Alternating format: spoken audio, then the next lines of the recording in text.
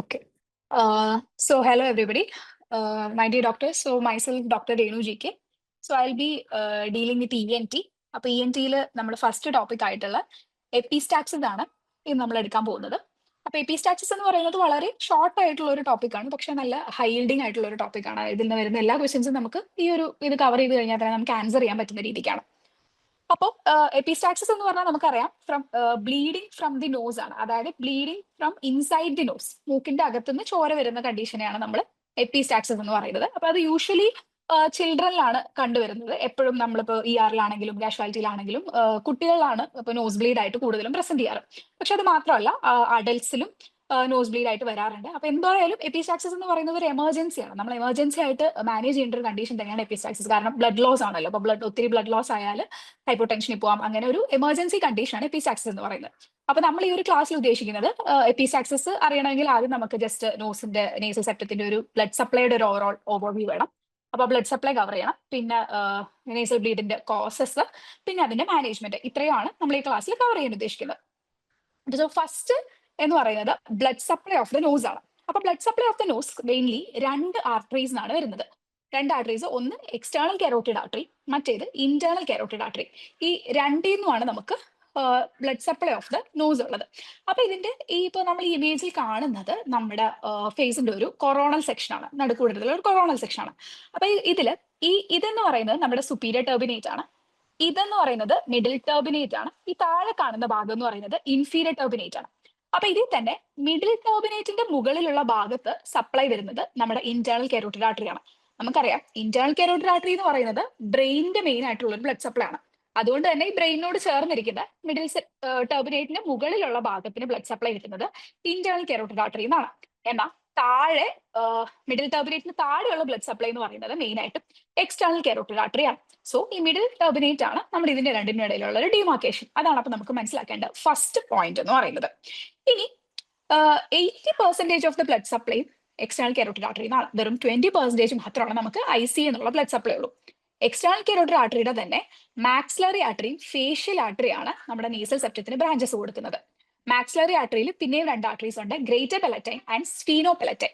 ഇതിൽ തന്നെ സ്ഫീനോപെലറ്റൈൻ ആർട്ടറിയാണ് main supply എന്ന് പറയുന്നത്. അതുകൊണ്ട് തന്നെ നമ്മൾ സ്ഫീനോപെലറ്റൈൻ ആർട്ടറിനെയാണ് ആർട്ടറി ഓഫ് എപ്പിസ്റ്റാക്സിസ് എന്ന് പറയുന്നത്. അതായത് മെയിൻ സപ്ലൈ സ്ഫീനോപെലറ്റൈൻ ആർട്ടറി ആയതുകൊണ്ട് തന്നെ മാക്സിമം ടൈംസും ഒരു എപ്പിസ്റ്റാക്സിസ് ഉണ്ടാവുമ്പോൾ അത് സ്ഫീനോപെലറ്റൈൻ ആർട്ടറി എന്നുള്ള ഒരു ബ്ലീഡ് ആവാനാണ് സാധ്യത. പിന്നെ ഫേഷ്യൽ ആർട്ടറി എന്നുള്ളത് superior labial ആർട്ടറിയാണ്.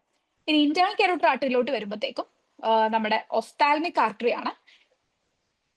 Ophthalmic ആർട്ടറിയാണ് blood supply കൊടുക്കുന്നത്. ഒഫ്താൽമിക്കിന്റെ രണ്ട് ബ്രാഞ്ച് ആയിട്ടുള്ള ആന്റീരിയർ എത്മോയിഡലും പോസ്റ്റീരിയർ എത്മോയിഡലും. ഇവിടെ നമ്മൾ ശ്രദ്ധിക്കേണ്ടത് പോസ്റ്റീരിയർ എത്മോയിഡൽ ആർട്ടറി എന്ന് പറയുന്നത് ലിറ്റിൽസ് ഏരിയയുടെ പാർട്ടല്ല. ലിറ്റിൽസ് ഏരിയ എന്താണെന്ന് ഞാനിപ്പോൾ എക്സ്പ്ലെയിൻ ചെയ്യാം. സോ ഇതാണ് നമ്മളിപ്പോൾ ഇത്രയും നേരം പറഞ്ഞുകൊണ്ടിരുന്ന ആ ഒരു ഇമേജ്. ഓക്കെ, അപ്പോൾ ഈ ഒരു ഇമേജ് ആണ് നമ്മൾ മനസ്സിലാക്കേണ്ടത്. അപ്പൊ ഈ ഒരു ഇമേജിൽ ഫസ്റ്റ് ഇതാണ് നമ്മുടെ എക്സ്റ്റേണൽ കരോട്ടിഡ് ആർട്ടറിയുടെ നേരത്തെ ഞാൻ പറഞ്ഞ രണ്ട് ബ്രാഞ്ചസ്, ഫേഷ്യൽ ആർട്ടറിയും അതേപോലെ തന്നെ മാക്സിലറി ആർട്ടറിയുടെയാണ് ബ്ലഡ് സപ്ലൈ. മാക്സിലറി ആർട്ടറിയുടെ രണ്ട് branches, greater palatine artery and sphenopalatine artery. അതേസമയം ഫേഷ്യൽ ആർട്ടറിയുടെ ആണെങ്കിൽ സുപ്പീരിയർ ലേബിയൽ ആർട്ടറി. ആ സുപ്പീരിയർ ലേബിയൽ ആർട്ടറി കൊടുക്കുന്ന സെപ്റ്റൽ ബ്രാഞ്ച് ആണ് നമ്മുടെ നേസൽ സെപ്റ്റത്തെ സപ്ലൈ ചെയ്യുന്നത്. ഇനി ഇന്റേണൽ കരോട്ടിഡ് ആർട്ടറി ആണെങ്കിൽ അതിന്റെ ഒഫ്താൽമിക് ആർട്ടറി, അതിന് ആന്റീരിയർ എത്മോയിഡലും ഉണ്ട്, പോസ്റ്റീരിയർ എത്മോയിഡലും ഉണ്ട്. സോ അപ്പൊ ഇതാണ് നമ്മുടെ നേസൽ സെപ്റ്റം. ഈ നമ്മൾ പറഞ്ഞ പോലെ തന്നെ നേസൽ സെപ്റ്റത്തിന്റെ താഴ്ഭാഗം ഫോം ചെയ്യുന്നത് മെയിൻ ആയിട്ട് നമുക്കറിയാം പാലറ്റൽ ബോൺ ആണ്. അപ്പൊ ആ പാലറ്റൽ ബോണിലൂടെ അതിനെ പിയേഴ്സ് ചെയ്ത് വരുന്നതാണ് ഗ്രേറ്റർ പെലറ്റൈൻ ആർട്ടറി. പുറകിൽ കൂടെ വരുന്ന സാധനമാണ് നമ്മുടെ സ്ഫീനോപെലറ്റൈൻ ആർട്ടറി. ഇതെന്ന് പറയുന്നത് ഇവിടെ അപ്പൊ നോസ്, ഫേഷ്യൽ ആർട്ടറിന്ന് നോസ് ഇവിടെ ലിപ്സിന്റെ മേലെ കൂടെ വരുന്നതാണ് ലേബിയൽ, ലിപ്പാണല്ലോ. അപ്പൊ സുപ്പീരിയർ ലേബിയൽ ആർട്ടറിയാണ് അത്. ഇനി മോളിൽ നിന്ന് ഇന്റേണൽ കരോട്ടിന്റെ ബ്രാഞ്ചസ് ആയിട്ടുള്ള ആന്റീരിയർ എത്മോയിഡലും പോസ്റ്റ് എത്മോയിഡലും ആണ്. അപ്പൊ നമുക്ക് ഈ ഇമേജിൽ നോക്കിയാൽ അറിയാൻ പറ്റും ഈ പോസ്റ്റീരിയർ എത്മോയിഡൽ അല്ലാതെ ബാക്കി ഈ പ്ലെക്സസിനെയാണ് നമ്മൾ എന്ത് പറയുന്നത്, കിസിൽബാക്സ് പ്ലെക്സസ് എന്ന് പറയുന്നത്. ഈ ഏരിയനാണ് നമ്മൾ പറയുന്നത് ലിറ്റിൽസ് ഏരിയ എന്ന്. ലിറ്റിൽസ് ഏരിയ എന്ന് പറയാനുള്ള കാരണം എന്താണെന്ന് വെച്ചാൽ ഇപ്പൊ കുഞ്ഞു പിള്ളേരിൽ കൂടുതലും എപ്പിസ്റ്റാക്സിസ് ആയി വരുമ്പോൾ അവർ യൂഷ്വലി നോസ് പിക്ക് ചെയ്യും. അതായത് മൂക്കിൽ ഇങ്ങനെ കൈയിട്ട് നോസ് പിക്കിങ് ചെയ്യും. അപ്പൊ ഈ നോസ് പിക്കിങ് ചെയ്യുമ്പോൾ നമ്മൾ ശ്രദ്ധിച്ചാൽ നമ്മൾ മൂക്കി കൈ ഇടുമ്പോൾ നമ്മൾ ഈ തൊടുന്ന ഭാഗം ഉണ്ടല്ലോ, അതാണ് antero inferior part of the nose. അവിടെയാണ് യൂഷ്വലി ഫിംഗർ നെയിൽസ് കാരണം ട്രോമ വരുന്നത്. അപ്പൊ അവിടെ നിന്നാണ് മോസ്റ്റ് കോമൺലി ബ്ലീഡിങ് ഉണ്ടാവുന്നത്. അപ്പൊ ആ ഏരിയയാണ് നമ്മുടെ ലിറ്റിൽസ് ഏരിയ. അപ്പൊ അവിടെ ബ്ലീഡിങ് ഉണ്ടാവുന്നത് ഈ കിസിൽബാക്സ് പ്ലെക്സസ് കാരണമാണ്. അപ്പൊ നമുക്ക് ഇമേജ് ശ്രദ്ധിച്ചാൽ അറിയാൻ പറ്റും, posterior ethmoidal artery does not take part in the formation of the Kisselbach's plexus. So അതാണ് ഏറ്റവും പൊട്ടൻഷ്യൽ ആയിട്ടുള്ള ക്വസ്റ്റ്യൻ. അതായത് കിസൽബാക്സ് പ്ലക്സസിൽ പാർട്ടിസിപ്പേറ്റ് ചെയ്യാത്ത ഒരേ ഒരു ആർട്ടറി ഉള്ളൂ, that is posterior ethmoidal artery. അതൊരു MCQ ആയിട്ട് ചോദിക്കാം. That is which artery does not take part in the formation of the Kiesselbach's plexus and the answer is posterior ethmoidal. അപ്പൊ അത് നമ്മൾ മറക്കാൻ പാടില്ല. പോസ്റ്റീരിയർ എത്മോയിഡൽ ആണ് കിസൽബാക്സ് പ്ലക്സസിൽ ഇല്ലാത്തത്. ബാക്കി ഞാൻ ഈ പറഞ്ഞ എല്ലാ ആർട്ടറീസും കിസൽബാക്സ് പ്ലക്സസിന്റെ പാർട്ടാണ്. അതിന്റെ ഏരിയ ആണ് ലിറ്റിൽസ് ഏരിയ എന്ന് പറയുന്നത്. അതാണ് most common area of epistaxis and it is present in anterior inferior part of septum. ഈ പറഞ്ഞ എല്ലാ പോയിന്റ്സും ഒരു പൊട്ടൻഷ്യൽ MCQ ആണെന്നൂടെ നമ്മൾ മനസ്സിലാക്കിയിരിക്കണം. Okay, so this is about the blood supply of the nasal septum. ഇനി അടുത്തത്, ഇപ്പൊ നമ്മൾ കിസൽബാക്സ് പ്ലക്സസിനെ പറ്റി പറഞ്ഞു. അടുത്തായിട്ട് നമുക്ക് വുഡ്രഫ്സ് പ്ലക്സസ് എന്നുള്ള ഒരു കൺസെപ്റ്റ് കൂടെ മനസ്സിലാക്കണം. ഈ വുഡ്രഫ്സ് ഇപ്പൊ നമ്മൾ പറഞ്ഞു കിസൽബാക്സ് പ്ലക്സസ് എന്ന് പറഞ്ഞാൽ anterior inferior part of the നോസിലുള്ള ഒരു ആർട്ടീരിയൽ പ്ലക്സസ് ആണ്. അതേസമയം വുഡ്രഫ്സ് പ്ലക്സസ് എന്ന് പറഞ്ഞാൽ ഞാൻ ഇവിടെ ഏകദേശം ഒരു സൈറ്റ് ആണ് കാണിക്കുന്നത്. വുഡ്രഫ്സ് പ്ലക്സസ് എന്ന് പറഞ്ഞാൽ നമ്മുടെ ഇൻഫീരിയർ ടെർമിനേറ്റ്. ഇവിടെ ഇപ്പൊ ഈ പടത്തിൽ നോക്കുകയാണെങ്കിൽ ഇവിടെയാണ് സുപ്പീരിയർ ടെർമിനേറ്റ്, ഇതാണ് മിഡിൽ ടെർമിനേറ്റ്, ഇതാണ് നമ്മുടെ ഇൻഫീരിയർ ടെർമിനേറ്റ്. അപ്പൊ ഇൻഫീരിയർ ടെർമിനേറ്റിന്റെ ടോപ്പ് മോസ്റ്റ് പാർട്ടിലായിട്ട് ഒരു വീനസ് പ്ലക്സസ് ഉണ്ട്. ഈ വീനസ് പ്ലക്സസിനാണ് നമ്മൾ എന്ത് പറയുന്നത്, വുഡ്രഫ്സ് പ്ലക്സസ് എന്ന് പറയുന്നത്. അപ്പൊ കിസൽബാക്സ് പ്ലക്സസ് എന്ന് പറഞ്ഞാൽ ആർട്ടീരിയൽ ആയിരുന്നു, anterior inferior part of the സെപ്റ്റത്തിലാണുള്ളത്. അതേസമയം വുഡ്രഫ്സ് പ്ലക്സസ് എന്ന് പറയുന്നത് വീനസ് ആണ്, മാത്രമല്ല അത് ഇൻഫീരിയർ ടെർമിനേറ്റിന്റെ ടോപ്പ് മോസ്റ്റ് ഭാഗത്തിലായിട്ടാണ് ഉള്ളത്. അപ്പോ ഇതിന് അടുത്ത ഡിഫറൻസ് എന്ന് പറയുന്നത്, ഇപ്പൊ കിസൽബാക്സ് പ്ലക്സസ് നോക്കിയേ ഇവിടെയാണ്. അപ്പൊ ഇവിടെ ഒരു ഇഞ്ചുറി ഉണ്ടായി കഴിഞ്ഞാൽ നമുക്ക് മനസ്സിലാവും ബ്ലഡ് ഇതുവഴിയാണ് പോരുക. അതായത് ഇപ്പൊ നമ്മുടെ നോർമൽ പോലെ നോസ്ട്രിൽസിൽ കൂടിയാണ് ബ്ലീഡിങ് വരുന്നത്. അതിനെ നമ്മൾ ആന്റീരിയർ എപ്പിസ്റ്റാക്സിസ് എന്നാണ് പറയാ. അപ്പൊ കിസൽബാക്സ് പ്ലക്സസിന് ഒരു ഇഞ്ചുറി വരുമ്പോൾ ആന്റീരിയർ എപ്പിസ്റ്റാക്സിസ് ആണ് ഉണ്ടാവുക. പക്ഷെ അതേസമയം വുഡ്രഫ്സ് പ്ലക്സസിന് ഒരു ഇഞ്ചുറി വന്നാൽ നോക്കിയാൽ കുറച്ചുകൂടെ പോസ്റ്റീരിയർ ആയിട്ടാണ് ഈ വുഡ്രഫ്സ് പ്ലക്സസ് ഉള്ളത്. അപ്പൊ ഇവിടെ ഒരു ഇഞ്ചുറി വന്നു കഴിഞ്ഞാൽ കൂടുതലും ചാൻസ് എങ്ങനെയായിരിക്കും, ബ്ലഡ് ഇങ്ങനെ ഇതിൽ കൂടെ പോസ്റ്റ് നേസൽ ഡ്രിപ്പ് ആയിട്ട് നമ്മുടെ ത്രോട്ടിൽ, നേസോഫാരിങ്സ് വഴി ത്രോട്ടിൽ ബ്ലഡ് വരാനും നമ്മൾ ആ ബ്ലഡ് ഒരു കോഫി ഗ്രൗണ്ട് കളറിൽ നമ്മൾ ആ ബ്ലഡ് വായി കൂടെ തുപ്പിക്കളയാനുള്ള ചാൻസ് ആണ് ഉള്ളത്. അപ്പൊ അതിനെ നമ്മൾ പോസ്റ്റീരിയർ എപ്പിസ്റ്റാക്സിസ് ആണ് പറയാം. അപ്പൊ ആന്റീരിയർ എപ്പിസ്റ്റാക്സിസ് എന്ന് പറഞ്ഞാൽ ആന്റീരിയർ പാർട്ടിൽ ഇഞ്ചുറി വന്നിട്ട് നോസ്ട്രിൽസിൽ കൂടെ ബ്ലീഡ് വരുന്നതാണ് ആന്റീരിയർ എപ്പിസ്റ്റാക്സിസ്. അതേസമയം പോസ്റ്റീരിയർ എപ്പിസ്റ്റാക്സിസ് എന്ന് പറഞ്ഞാൽ കുറച്ചുകൂടെ പോസ്റ്റീരിയർ മോസ്റ്റ് പാർട്ടിൽ ഒരു ബ്ലീഡ് വരുന്നതും നമ്മൾ നേസോഫാരിങ്സ് വഴി ത്രോട്ടിൽ ബ്ലഡ് കളക്ട് ആയി വായി കൂടെ ബ്ലഡ് തുപ്പിക്കളയുന്നതിനെയാണ്, അങ്ങനെ ഉള്ള പ്രസന്റേഷൻ ആണ് പോസ്റ്റീരിയർ എപ്പിസ്റ്റാക്സിസ്. അപ്പോൾ കിസൽബാക്സ് പ്ലക്സസിന് ഇഞ്ചുറി സംഭവിച്ചു കഴിഞ്ഞാൽ ആന്റീരിയർ എപ്പിസ്റ്റാക്സിസും വുഡ്രഫ്സ് പ്ലക്സസിന് ഒരു ട്രോമ ഉണ്ടായി കഴിഞ്ഞാൽ പോസ്റ്റീരിയർ എപ്പിസ്റ്റാക്സിസും ആണ് നമുക്ക് ഉണ്ടാവുക. പക്ഷെ ഇവിടെ നമ്മൾ ശ്രദ്ധിക്കേണ്ട വേറൊരു കാര്യം എന്ന് പറഞ്ഞാൽ most common site of both anterior and posterior epistaxis is always sphenopalatine artery. അല്ലാതെ ഇപ്പൊ പോസ്റ്റീരിയർ എപ്പിസ്റ്റാക്സിസ് ആണെന്ന് പറഞ്ഞ് അതിന്റെ മോസ്റ്റ് കോമൺ കോസ് ഒരിക്കലും വുഡ്രഫ്സ് പ്ലക്സസിന് ഇഞ്ചുറി അല്ല. അതിന്റെയും കോസ് സ്ഫീനോപലറ്റൈൻ ആർട്ടറിയാണ്. അപ്പൊ ആന്റീരിയർ എപ്പിസ്റ്റാക്സിസ് ആയാലും ശരി, പോസ്റ്റീരിയർ എപ്പിസ്റ്റാക്സിസ് ആയാലും ശരി, മോസ്റ്റ് കോമൺ കോസ് എന്ന് പറയുന്നത് സ്ഫീനോപലറ്റൈൻ ആർട്ടറി തന്നെയാണ്. അതുകൊണ്ടാണ് നമ്മൾ സ്ഫീനോപലറ്റൈൻ ആർട്ടറിനെ ആർട്ടറി ഓഫ് എപ്പിസ്റ്റാക്സിസ് എന്ന് വിളിക്കുന്നത്. അപ്പൊ ഇത് ഒത്തിരി തവണ ചോദിച്ചിട്ടുള്ള ഒരു ക്വസ്റ്റൻ ആണ്. Even though Woodruff's plexus causes posterior epistaxis, the most common cause of posterior epistaxis is still injury to sphenopalatine artery. And ഈ സ്ഫീനോപലറ്റൈൻ ആർട്ടറിയുടെ ലൊക്കേഷനും ഒരു തവണ MCQ ചോദിച്ചിട്ടുള്ള ഒരു സാധനമാണ്. അത് എവിടെയാണ്? ഇത് ഇപ്പൊ നമുക്ക് ഇവിടെ നോക്കിയാൽ ഇത് സുപ്പീരിയർ ടെർമിനേറ്റ്, ഇത് മിഡിൽ ടെർമിനേറ്റ്, ഇത് ഇൻഫീരിയർ ടെർമിനേറ്റ്. ഈ മിഡിൽ ടെർമിനേറ്റിന്റെ എൻഡിലായിട്ടാണ് നമ്മുടെ സ്ഫീനോപലറ്റൈൻ ആർട്ടറി വരുന്നത്. അപ്പോൾ മോസ്റ്റ് കോമൺ സൈറ്റ് ഓഫ് എപ്പിസ്റ്റാക്സ് എന്താന്ന് ചോദിച്ചാൽ സത്യം പറഞ്ഞാൽ posterior end of middle terminate അല്ലേ? കാരണം സ്ഫീനോപലറ്റൈൻ ആർട്ടറി ആണല്ലോ most common cause of epistaxis. So അതും ഒരു പൊട്ടൻഷ്യൽ MCQ ആണ്. ഓക്കെ, ഇനി അടുത്തത് ഇപ്പൊ ഞാൻ പറഞ്ഞ് എക്സ്പ്ലെയിൻ ചെയ്ത ആ ഒരു പോയിന്റ്സ് തന്നെയാണ്. അതായത് ഇപ്പൊ ആന്റീരിയർ എപ്പിസ്റ്റാക്സിസും പോസ്റ്റീരിയർ എപ്പിസ്റ്റാക്സിസും നമ്മൾ പറഞ്ഞു. ആന്റീരിയർ എപ്പിസ്റ്റാക്സിസ് തന്നെയാണ് എപ്പോഴും മോസ്റ്റ് കോമൺ ആയിട്ട് വരുന്നത്. കാരണം ചിൽഡ്രൻ ആണ് മോസ്റ്റ് കോമൺ ആയിട്ട് എപ്പിസ്റ്റാക്സുമായിട്ട് പ്രസന്റ് ചെയ്യുന്നത്. അത് എപ്പോഴും ആന്റീരിയർ എപ്പിസ്റ്റാക്സ് ആയിരിക്കും. അതായത് നമ്മുടെ ലിറ്റിൽസ് ഏരിയക്ക് ഇഞ്ചുറി വന്നിട്ട് നോസ്ട്രിൽസിൽ കൂടെ ബ്ലീഡിംഗ് വരുന്നതായിരിക്കും മോസ്റ്റ് കോമൺലി കാണുന്ന എപ്പിസ്റ്റാക്സിസ്. അതാണ് ആന്റീരിയർ എപ്പിസ്റ്റാക്സിസ്. പിന്നെ അതിന്റെ പ്രസന്റേഷൻ എങ്ങനെയായിരിക്കും? നോസിൽ നിന്ന് ഈ പറഞ്ഞ പോലെ വരുന്നു. പേഷ്യന്റ് എപ്പോഴും ഒരു സിറ്റിംഗ് പൊസിഷനിലായിരിക്കും. അപ്പൊ ഇങ്ങനെ ഗ്രാവിറ്റിയുടെ ഇതിൽ താഴോട്ട് വരുന്നതായിരിക്കും.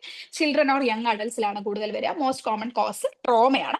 ആന്റീരിയർ എപ്പിസ്റ്റാക്സിസ് മൈൽഡ് ആയിട്ടുള്ള കണ്ടീഷനാണ്. അതായത് നമ്മളിപ്പോൾ അത്യാവശ്യം ഒരു പ്രഷർ അപ്ലൈ ചെയ്താൽ തന്നെ അത് നമുക്ക് ഈസിലി ആ ആന്റീരിയർ എപ്പിസ്റ്റാക്സിസ് കൺട്രോൾ ചെയ്യാൻ പറ്റും. അപ്പൊ ആന്റീരിയർ എപ്പിസ്റ്റാക്സിസ് വളരെ മൈൽഡ് ആയിട്ടുള്ള ഒരു കണ്ടീഷനാണ്. ആൻഡ് നോസ് പിൻ ചെയ്താൽ ഈസിലി കൺട്രോൾ ചെയ്യാൻ പറ്റുന്ന ഒരു കാര്യം കൂടിയാണ് ആന്റീരിയർ എപ്പിസ്റ്റാക്സിസ്. അതേസമയം പോസ്റ്റീരിയർ എപ്പിസ്റ്റാക്സിസ് എന്ന് പറയുന്നത് ആന്റീരിയറിന്റെ അത്ര കോമൺ അല്ല, ലെസ് കോമൺ ആയിട്ട് വരുന്നതാണ്. അപ്പൊ അതിന്റെ പ്രസന്റേഷൻ എങ്ങനെയായിരിക്കും? ഇപ്പൊ നമ്മൾ പോസ്റ്റീരിയർലി വരുമ്പോൾ അത് പോസ്റ്റ് നേസൽ ഡ്രിപ്പിംഗ്, മൂക്കിന്റെ പുറകിൽ കൂടെ നേസോഫാരിങ്സ് വഴി ത്രോട്ടി കളക്ട് ചെയ്യും. ചിലപ്പോൾ പേഷ്യന്റ് അത് സ്വാളോ ചെയ്യും സലൈവയുടെ കൂടെ. അങ്ങനെ സ്വാളോ ചെയ്ത് കഴിഞ്ഞാൽ പിന്നീട് അതൊരു കോഫി ഗ്രൗണ്ട് വോമിറ്റസ് ആയിട്ട് വരാം, അല്ലെങ്കിൽ പെട്ടെന്ന് ത്രോട്ടിൽ ബ്ലഡ് വരുമ്പോൾ നമ്മൾ തുപ്പിക്കളയാം. അപ്പൊ യൂഷ്വലി ഒരു ഹെമറ്റമസിസ് പോലെയാണ് ഈ പോസ്റ്റീരിയർ എപ്പിസ്റ്റാക്സിസ് പ്രസന്റ് ചെയ്യുന്നത്, അല്ലാതെ ഒരു ടിപ്പിക്കൽ നോസ് ബ്ലീഡ് ആയിട്ടല്ല. അപ്പൊ നമുക്ക് ഇതിനെ യൂഷ്വലി മിസ്റ്റേക്ക് ചെയ്യാൻ വരെ ചാൻസ് ഉണ്ട്. ഇപ്പൊ ഹെമറ്റമസിസ് ആണോ എന്നൊരു മിസ്റ്റേക്ക് ചെയ്യാൻ വരെ ചാൻസ് ഉള്ള കാര്യമാണ്. അപ്പൊ അതാണ് പോസ്റ്റീരിയർ എപ്പിസ്റ്റാക്സിസിന്റെ ഒരു പ്രസന്റേഷൻ.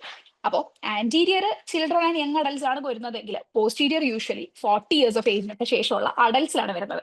കാരണം അതിന്റെ most common cos hyper tension ആണ്. ഹൈപ്പർ ടെൻഷൻ കാരണം ഒരു ആർട്ടീരിയൽ ട്രോമ വന്ന് അങ്ങനെയാണ് യൂഷ്വലി പോസ്റ്റീരിയർ എപ്പിസ്റ്റാക്സിസ് പ്രസന്റ് ചെയ്യുന്നത്, അല്ലെങ്കിൽ അഥറോസ്ക്ലീറോസിസ്, അല്ലെങ്കിൽ ഈവൻ സ്പോണ്ടേനിയസ് ആയിട്ട് വരെ വരാം. പിന്നെ പോസ്റ്റീരിയർ കുറച്ചുകൂടെ സിവിയർ ആണ്. കാരണം ഹൈപ്പർ ടെൻഷൻ എന്ന് പറയുമ്പോൾ ഹൈ പ്രഷറിൽ അങ്ങനെ ഒരു നല്ല ബ്ലീഡിംഗ് ആയിരിക്കും. നമുക്കത് കൺട്രോൾ ചെയ്യാൻ ബുദ്ധിമുട്ടായിരിക്കും. യൂഷ്വലി അഡ്മിറ്റ് ചെയ്ത് ഒരു പോസ്റ്റീരിയർ നേസൽ പാക്കിംഗ് ഒക്കെ ചെയ്യേണ്ട ഒരു അവസ്ഥയാണ് പോസ്റ്റീരിയർ എപ്പിസ്റ്റാക്സിന് ഉണ്ടാവും. സോ നമ്മൾ ഇത് തമ്മിലുള്ള ഡിഫറൻസ് മനസ്സിലാക്കണം. ആന്റീരിയർ എപ്പിസ്റ്റാക്സും പോസ്റ്റീരിയർ എപ്പിസ്റ്റാക്സിസും. നേരത്തെ ഞാൻ പറഞ്ഞ പോലെ ആന്റീരിയർ എപ്പിസ്റ്റാക്സിസ് ആണ് ഇപ്പൊ കിസിൽബാൻസ് പ്ലക്സസിന് ഇഞ്ചുറി വരുമ്പോൾ ആന്റീരിയർ എപ്പിസ്റ്റാക്സിസ് ആണ് ഉണ്ടാവുക. അതേസമയം വുഡ്രഫ് പ്ലക്സസിന് ഇഞ്ചുറി വന്നു കഴിഞ്ഞാൽ പോസ്റ്റീരിയർ എപ്പിസ്റ്റാക്സിസ് ആണ് ഉണ്ടാവുക. But still, most common cause of both anterior and posterior epistaxis is an injury to the sphenopalatine artery.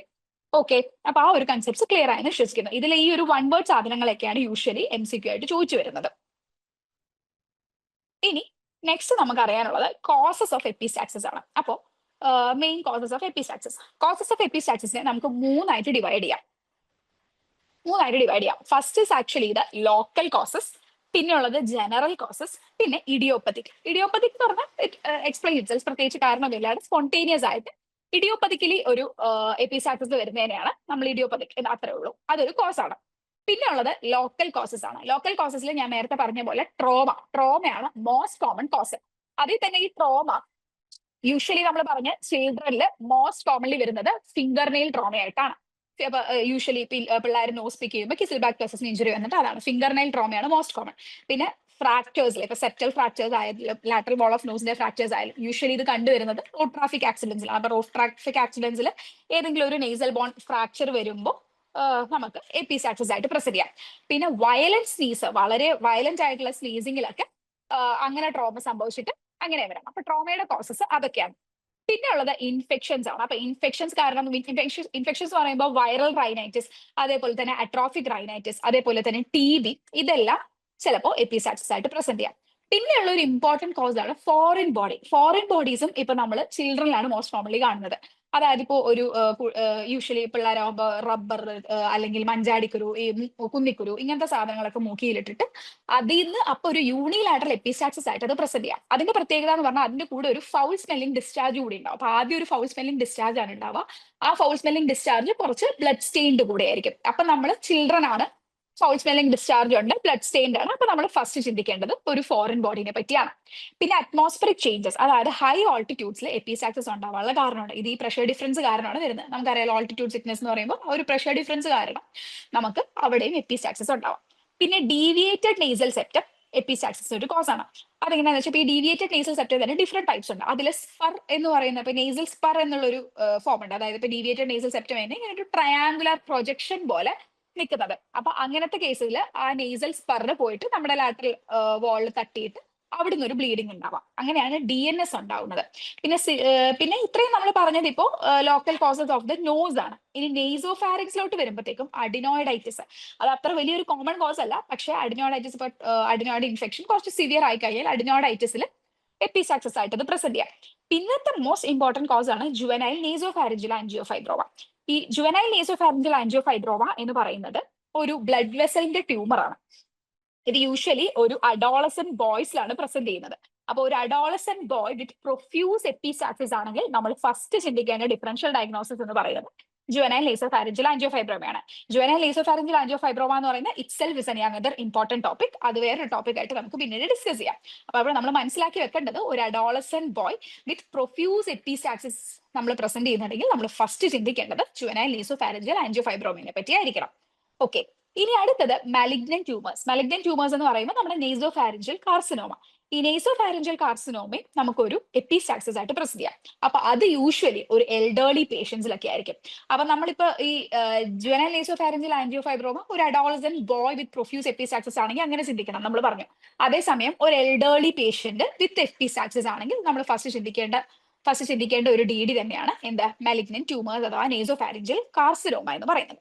So this is about the local causes of epistaxis. ഇനി നമുക്ക് general കോസസിലോട്ട് വരാം. അതായത് generally ഉള്ള bleeding disorders, hyper tension, അങ്ങനത്തെ causes കാരണം നമുക്ക് epistaxis വരാം. അപ്പൊ അതിൽ ഏതൊക്കെയാണ് കോസസ് വൺ ബൈ വൺ നോക്കുകയാണെങ്കിൽ first serious causes. Serious causes എന്ന് പറയുമ്പോൾ ഹൈപ്പർ ടെൻഷൻ, മൈട്രൽ സ്റ്റീനോസിസ്, ഇതെല്ലാം എപ്പിസ്റ്റാക്സിസിന്റെ കോസസ് ആണ്. നേരത്തെ ഞാൻ പറഞ്ഞ പോലെ ഹൈപ്പർ ടെൻഷൻ യൂഷ്വലി എന്തുണ്ടാക്കും നമ്മൾ പറഞ്ഞത് പോസ്റ്റീരിയർ എപ്പിസ്റ്റാക്സിസ് ഉണ്ടാക്കുന്നതാണ് പറഞ്ഞത്. അപ്പൊ അതാണ് സീരിയസ് കോസസ്. പിന്നെ general coagulation disorders like haemophilia, scurvy, അങ്ങനെ യൂഷ്വലി പേഷ്യന്റിന് ഒരു കൊയാഗുലേഷൻ ഡിസോർഡർ ഉണ്ടെങ്കിൽ അത് എല്ലാ സ്ഥലത്തൊന്നും ബ്ലീഡ് ചെയ്യുമല്ലോ. നമ്മൾ പറയുമ്പോൾ പെറ്റിക്ക ഉണ്ടാവാം, പെർപ്യൂറ ഉണ്ടാവാം, ഐ വി ലൈനിന്ന് ബ്ലീഡ് ചെയ്യാം. അതേപോലെ തന്നെ എപ്പിസ്റ്റാക്സിസും പേഷ്യന്റ് ഉണ്ടാവാം. ഇത് തന്നെയാണ് ലിവർ ഡിസീസ്. ലിവർ ഡിസീസിൽ എന്താ സംഭവിക്കുന്നത്? ലിവർ ഡിസീസിൽ there will be deficiency of the clotting factors. ഏതൊക്കെ ക്ലോട്ടിംഗ് ഫാക്ടേഴ്സ് ആണ്? 2, 7, 9, 10. ഇതൊക്കെയാണ് ലിവറിൽ നിന്ന് വൈറ്റമിൻ കെ ഡിപെൻഡന്റ് ആയിട്ട് വരുന്ന മെയിൻ ഇമ്പോർട്ടന്റ് ക്ലോട്ടിംഗ് ഫാക്ടേഴ്സ്. അപ്പോൾ ലിവർ ഡിസീസസിൽ ഈ ക്ലോട്ടിംഗ് ഫാക്ടേഴ്സ് ഡെഫിഷ്യൻസി, ഇത് മാത്രമല്ല ബാക്കി എല്ലാ ക്ലോട്ടിംഗ് ഫാക്ടേഴ്സിനും ഡെഫിഷ്യൻസി ഉണ്ടാവാം. അങ്ങനെ ഇത് ഒരു എപ്പിസ്റ്റാക്സിസ് ആയിട്ട് പ്രസന്റ് ചെയ്യാം. പിന്നെ സാലിസിലേറ്റ്സും അതേപോലെ തന്നെ ആന്റി കൊയാഗുലൻസ് ലൈക്ക് വാർഫറിലൊക്കെ ഉള്ള പേഷ്യൻസിനും ആ ഡോസ് പ്രശ്നങ്ങൾ കാരണം എപ്പിസ്റ്റാക്സിസ് ഉണ്ടാവാനുള്ള കാരണമുണ്ട്. And this is mediastinal tumours. Mediastinal tumours epistaxis ഉണ്ടാക്കുന്നത് എങ്ങനെയാണെന്ന് വെച്ചാൽ, മീഡിയാസ്റ്റൈനൽ ട്യൂമേഴ്സ് വരുമ്പോൾ അത് മീഡിയാസ്റ്റൈനൽ ട്യൂമേഴ്സ് വളരെ വലുതായി കഴിഞ്ഞാൽ സുപ്പീരിയർ വീന കാവേനെ കംപ്രസ് ചെയ്യാം. അങ്ങനെ സുപ്പീരിയർ വീന കാവേനെ കംപ്രസ് ചെയ്യുമ്പോൾ പ്രഷർ ചേഞ്ചസ് ഉണ്ടാവാം. ആ പ്രഷർ ചേഞ്ചസ് കാരണം നമ്മുടെ നോസിലുള്ള ഏതെങ്കിലും ഒരു ആർട്ടറിക്ക് ട്രോമ വന്നിട്ട് അങ്ങനെ ബ്ലീഡിങ് ഉണ്ടാവാം. അതാണ് മീഡിയാസ്റ്റൈനൽ ട്യൂമേഴ്സ് നമ്മുടെ എപ്പിസ്റ്റാക്സിസിന്റെ ഒരു കോസ് ആണ് എന്ന് പറയാനുള്ള കാരണം. ഓക്കെ, നെക്സ്റ്റ് വളരെ ഇൻട്രസ്റ്റിംഗ് ആയിട്ടുള്ള ഒരു കോസ് ആണ് വൈക്കേരിയസ് മെൻസ്ട്രേഷൻ. ഈ വൈക്കേരിയസ് മെൻസ്ട്രേഷൻ എന്ന് ഉദ്ദേശിക്കുന്നത് ഇപ്പൊ ചില ഫീമെയിൽസിൽ മെൻസ്ട്രേഷന്റെ സമയത്ത് മാത്രം എപ്പിസ്റ്റാക്സിസ് വരാം. whenever she is menstruating she will have a nosebleed. അതിനെയാണ് നമ്മൾ വൈക്കേരിയസ് മെൻസ്ട്രേഷൻ എന്ന് പറയുന്നത്. So it is also a cause of epistaxis. So ഇതാണ് ജനറലി നമ്മുടെ എപ്പിസ്റ്റാക്സിസിന്റെ causes. Local causes, general causes and idiopathic. Hope it's clear. ഇനി next ആണ് most important aspect of the whole class, that is the management of an epistaxis. ഞാൻ പറഞ്ഞു epistaxis എന്ന് പറയുന്നത് ഒരു എമർജൻസി കണ്ടീഷൻ ആണ്. അതായത് പേഷ്യന്റിന് കണ്ടിന്യൂസ് ആയിട്ട് ബ്ലഡ് ലൂസ് ചെയ്യാണ്. എവിടുന്ന് ബ്ലീഡിംഗ് ഉണ്ടായാലും നമ്മുടെ first step is to control that bleeding. So അതെങ്ങനെയാന്ന് നോക്കാം. അപ്പൊ first is actually the Trotter's method. Okay, ഈ ട്രോട്ടേഴ്സ് മെത്തേഡ് എന്താണെന്ന് വെച്ചാൽ എപ്പോഴും ഒരു പേഷ്യന്റ് ബ്ലീഡിംഗ് ആയിട്ട് നമ്മുടെ ഇആറിലോട്ട് പ്രസന്റ് ചെയ്യണം, അല്ലെങ്കിൽ വീട്ടിൽ വെച്ച് ബ്ലീഡിംഗ് ഉണ്ടായാൽ നമ്മൾ ഫസ്റ്റ് ചെയ്യേണ്ടത് നമ്മുടെ തമ്പും ഇൻഡെക്സ് ഫിംഗർ യൂസ് ചെയ്തിട്ട് ഈ നോസ് ഇങ്ങനെ പിൻ ചെയ്ത് പിടിക്കണം. എന്നിട്ട് we should lean forward on the table. അതാണ് ഈ ഒരു മാനുവറിനെയാണ് നമ്മൾ ട്രോട്ടേഴ്സ് മെത്തേഡ് എന്ന് പറയുന്നത്. It is A potential MCQ. അപ്പൊ നമുക്ക് ഇവിടെ ഇമേജിൽ കാണാം, ഇതാണ് കറക്റ്റ് മെത്തേഡ്. അതായത് നമ്മൾ തമ്പും ഇൻഡെക്സ് ഫിംഗർ യൂസ് ചെയ്ത് നോസ് പിൻ ചെയ്യും, എന്നിട്ട് വി വിൽ ലീൻ ഫോർവേഡ്. അപ്പൊ ലീൻ ഫോർവേഡ് ചെയ്യുമ്പോൾ നമ്മൾ എന്ത് ചെയ്യണം? നമ്മുടെ ഫ്രണ്ടിൽ ഒരു ബേസൻ എന്തെങ്കിലും വെക്കുന്നുണ്ടെങ്കിൽ ബേസൻ എന്തെങ്കിലും വെക്കുക. എന്നിട്ട് വായിൽ ബ്ലഡ് കളക്ട് ചെയ്യുന്നുണ്ടെങ്കിൽ ആ ബ്ലഡ് അതിലോട്ട് സ്പിറ്റ് ഔട്ട് ചെയ്യുക. എന്നിട്ട് പതുക്കെ വായിൽ കൂടെ പേഷ്യന്റിനോട് ശ്വാസം എടുക്കാൻ പറയാം. ഇതാണ് ട്രോട്ടേഴ്സ് മെത്തേഡ്. അപ്പൊ ഇങ്ങനെ പിൻ ചെയ്ത് ലീൻ ഫോർവേഡ് ചെയ്യുക, എക്സ്ട്രാ വായിൽ വരുന്ന ബ്ലഡ് തുപ്പിക്കളയുക, പതുക്കെ വായിലൂടെ ശ്വാസം എടുക്കുക. And even we can use cold compressions. ഇപ്പൊ ഐസ് ഒക്കെ മുക്കി നോസിൽ വെക്കുകയാണെങ്കിൽ നമുക്കറിയാം cold temperature actually helps in vasoconstriction. അപ്പൊ നമ്മൾ ഒരു കോൾഡ് കംപ്രഷൻ കൊടുക്കുകയാണെങ്കിൽ അവിടെ വാസോ കൺസ്ട്രക്ഷൻ ഉണ്ടായിട്ട് പെട്ടെന്ന് ബ്ലീഡിങ് കൺട്രോൾ ചെയ്യാൻ പറ്റും. അപ്പൊ നമ്മുടെ എയിം എന്ന് പറയുന്നത് ഇതാണ്. അപ്പൊ യൂഷ്വലി ഒരു 5 മിനിറ്റോളം നമ്മളിങ്ങനെ മൂക്ക് പിൻ ചെയ്ത് പിടിക്കണം, എന്നിട്ട് പതുക്കെ വായി കൂടെ ശ്വാസം എടുക്കാൻ പറയണം. ഒരു ആന്റിയർ എപ്പിസ്റ്റാക്സിസ് ആണെങ്കിൽ യൂഷ്വലി ഇതിൽ തന്നെ കൺട്രോൾ ആവും.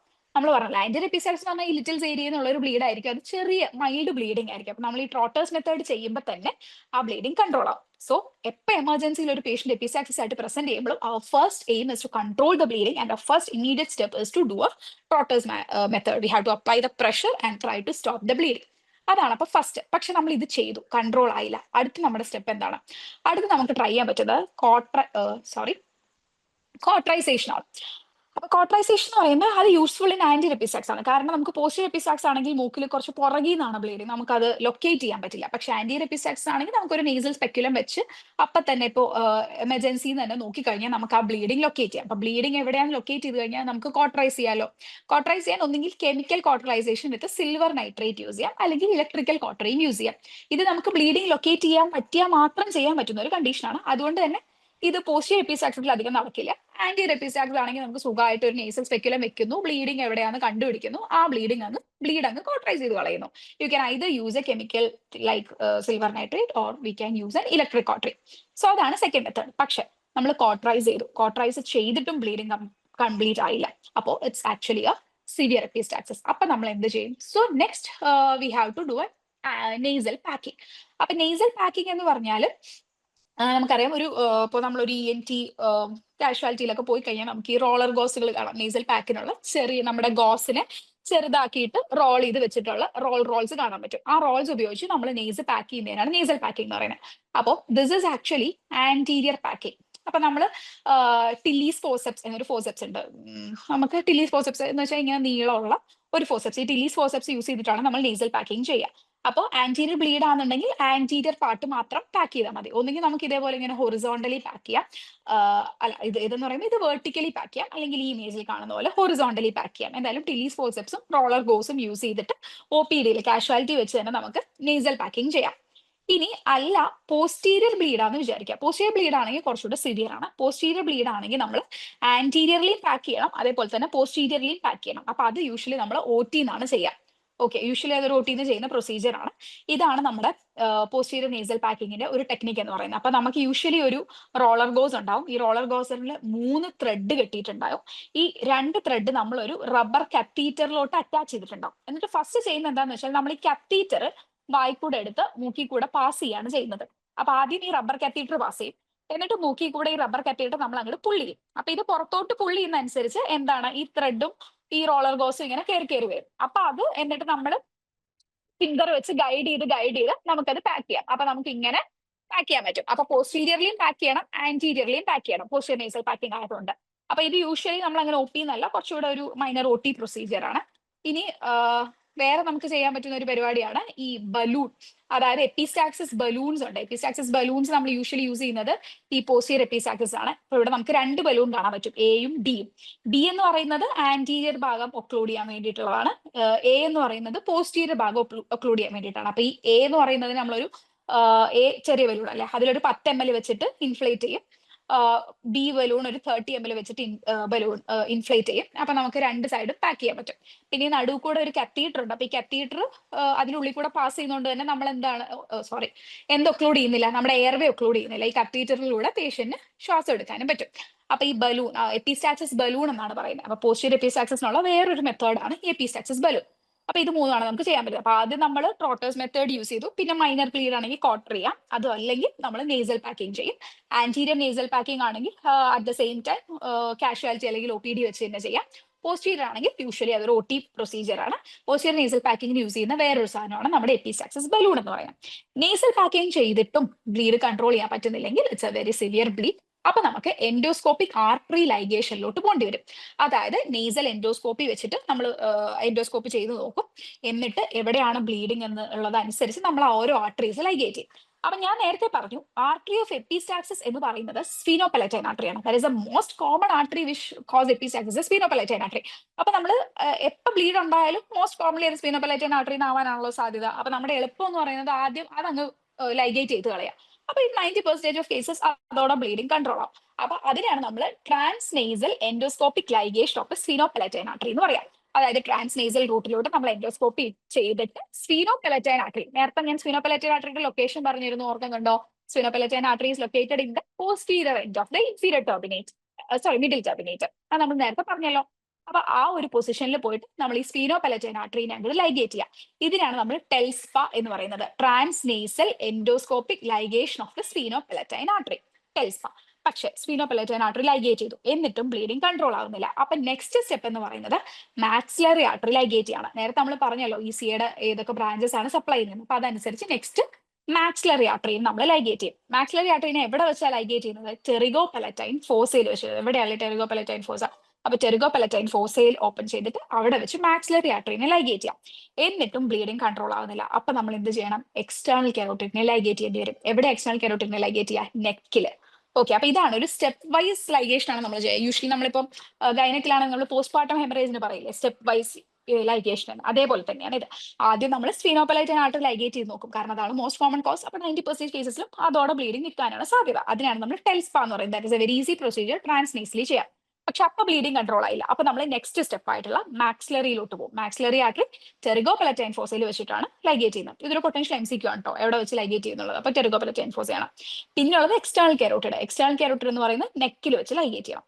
ഇനി ഇതിലൊന്നും കൺട്രോൾ ആയില്ല. അപ്പൊ നമ്മൾ എന്താ എക്സ്റ്റേണൽ കെറോട്ടിഡ് ആർട്ടറി ലൈഗേറ്റ് ചെയ്തിട്ട് പോലും നമുക്ക് ബ്ലീഡിംഗ് കൺട്രോൾ ചെയ്യാൻ പറ്റില്ല. അപ്പൊ എവിടെ നിന്നായിരിക്കും ബ്ലീഡ്? യൂഷ്വലി ഇന്റേണൽ കെറോട്ടിഡിന്റെ ബ്രാഞ്ചസ് ആയിരിക്കും, അതായത് ആന്റിയർ എത്മോഡിലോ പോസ്റ്റീരിയർ എത്മോഡിലോ ആയിരിക്കും. അപ്പൊ നമ്മൾ ആന്റിറിയറ്റ് മോഡൽ അല്ലെങ്കിൽ പോസ്റ്റീരിയർ മോഡലിനെ സെപ്പറേറ്റ് ആയിട്ട് ലൈഗേറ്റ് ചെയ്യണം. ഒരിക്കലും എന്ത് ചെയ്യരുത്, ഇന്റേണൽ കാരോട്ടിഡ് ആർട്ടറി നമുക്ക് ലൈഗേറ്റ് ചെയ്യാൻ പറ്റില്ല. കാരണം എന്താണ്, ഇന്റേണൽ കാരോട്ടിഡ് ആർട്ടറി ആണ് ബ്രെയിനിലോട്ടുള്ള blood supply. So we can never ligate internal carotid artery. So next step will be to ligate the anterior and posterior ethmoidal artery separately. അപ്പൊ ഇതാണ് ഒരു സ്റ്റെപ്പ് വൈസ് ലൈഗേഷൻ. ഇത്രയും ചെയ്ത് കഴിയുമ്പോഴത്തേക്കും യൂഷ്വലി നമുക്ക് ഇത് കൺട്രോൾ ആവും. ഓക്കെ, സോ ഇതാണ് നമ്മുടെ എപ്പിസ്റ്റാക്സിന്റെ മാനേജ്മെന്റ്. സോ സത്യം പറഞ്ഞാൽ ഇത്രയാണ് എപ്പിസ്റ്റാക്സിസ് എന്ന് പറയുന്ന ഒരു ടോപ്പിക് ഉള്ളൂ. വളരെ ഷോർട്ട് ആയിട്ടുള്ള ഒരു ടോപ്പിക്കാണ്. ഇപ്പൊ നമ്മൾ ഇതിൽ ആദ്യം എന്തൊക്കെ ഡിസ്കസ് ചെയ്തു നമ്മൾ. 1 സെക്കൻഡ്. ഓക്കെ, അപ്പൊ നമ്മൾ ഫസ്റ്റ് ബ്ലഡ് സപ്ലൈ ഡിസ്കസ് ചെയ്തു. ECA ഉണ്ട്, ICA ഉണ്ടെന്ന് പറഞ്ഞു. ഇതിന്റെ ബ്രാഞ്ചസ് വളരെ ഇമ്പോർട്ടന്റ് ആണ്. മാക്സിലറി ഉണ്ട്, ഫേഷ്യൽ ഉണ്ട്. മാക്സിലറിക്ക് തന്നെ ഗ്രേറ്റസ് പെലറ്റൈനും സ്പീനോപെലറ്റൈനും ഉണ്ട്. ഫേഷ്യൽ ആർട്ടറിയുടെ സുപ്പീരിയർ ലേബിയൽ ഉണ്ട്. പിന്നെ ഇന്റേണൽ കാരോട്ടിഡ് ആണെങ്കിൽ ആന്റിറിയറ്റ് മോഡലും പോസ്റ്റീരിയർ മോഡലും ഉണ്ട്.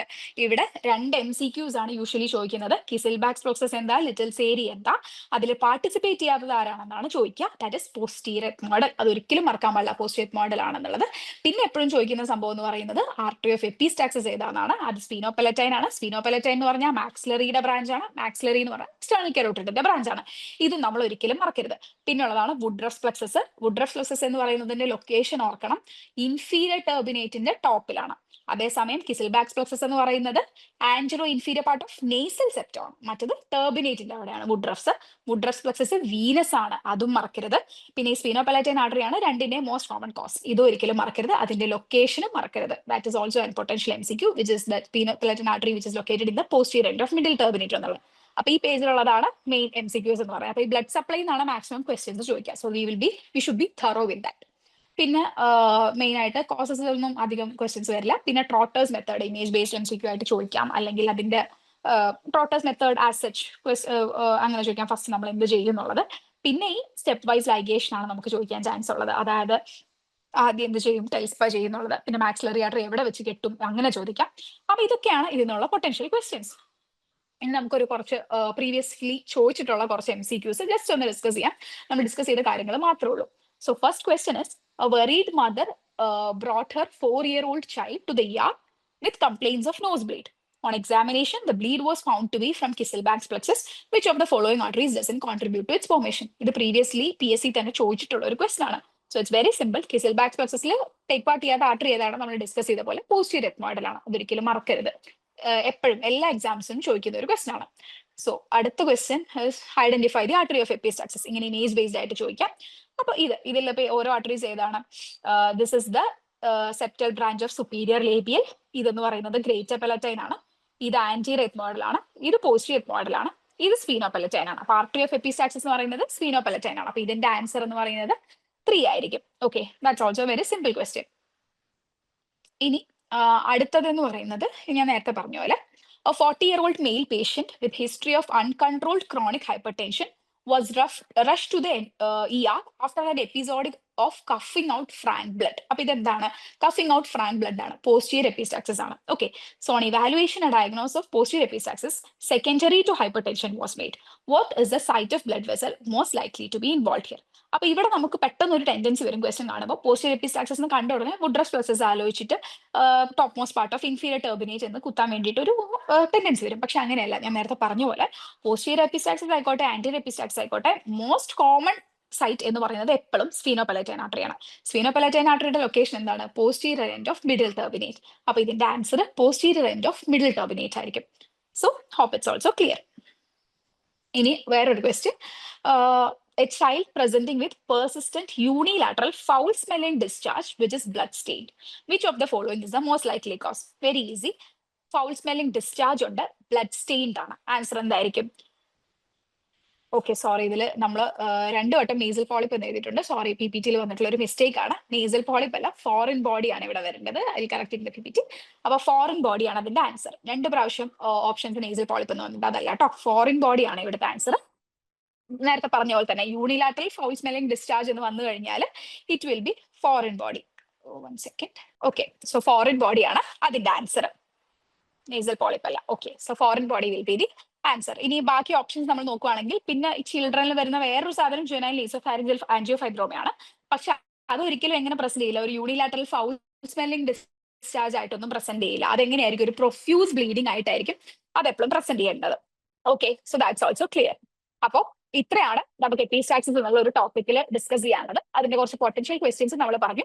വളരെ ഷോർട്ട് ആയിട്ടുള്ള ഒരു ടോപ്പിക്കാണ്. പക്ഷെ ഇത്രയും പഠിച്ചു കഴിഞ്ഞാൽ ഇതിൽ നിന്ന് ചോദിക്കുന്ന എന്ത് ക്വസ്റ്റിനും നമുക്ക് ആൻസർ ചെയ്യാൻ തന്നെ പറ്റും. മെയിൻ ആയിട്ട് ബ്ലഡ് സപ്ലൈ എന്നാണ് ക്വസ്റ്റ്യൻ ചോദിക്കുന്നത്. So we should be very thorough with that. So that's all from this topic. വേറെ ഒരു ENT അടുത്ത ടോപ്പിക്കായിട്ട് നമുക്ക് കാണാം. Thank you so much.